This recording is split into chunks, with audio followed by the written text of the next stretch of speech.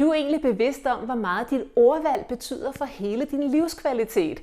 Hjertelig velkommen til Pep Talk, der i dag tager udgangspunkt i en af mine absolut favoritbøger, og den hedder De 4 leveregler. Den første leveregel, som jeg skal tale om i dag, den lyder sådan her. Vær ren i dit ord. Men hvad i alverden betyder det at være ren i dit ord? Det er sådan, at hvis vi sammenligner vores menneskehjerne med en computer, jamen så når menneskehjernen begynder at tale negativt om sig selv og andre, så svarer det lidt til, at du har fået en computervirus. Og Don Wiquel, han siger, at den her leveregel er den absolut vigtigste af de 4 leveregler, fordi dine ord er roden til hele din personlighed. Det er grobunden til hele din skaberkraft. Og alt, hvad du siger, det er enten i samklang med frygt eller kærlighed. Meget ofte så er det sådan, at hvis vi befinder os i en situation, vi ikke ønsker at være i, så taler vi enormt meget om den. Og det vi i virkeligheden gør, det er, at vi marinerer os selv i den tilstand, vi ønsker at komme væk fra. Så lad os nu sige, at du har en morgen, hvor du ikke har det specielt godt, du har ondt i hovedet, og du er træt, men du har besluttet dig for, at du tager på arbejde i dag.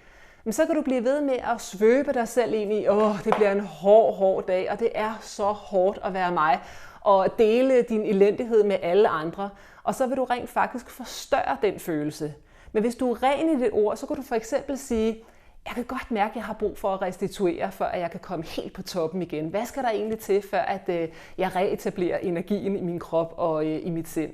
Så det er en helt anden energi, der ligger bag.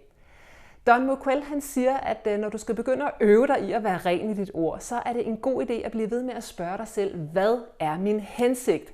Fordi hensigten bag alt, hvad du siger og gør, det er den her underlægningsmusik af energi, der ligger bag alt i dit liv. Så inden du poster noget på Facebook, så spørg, hvad er min hensigt med det her? Inden du deler et eller andet på forretningsmødet, hvad er min hensigt? Og når du lever et hensigtsbaseret liv, jamen så virker alting meget mere enkelt.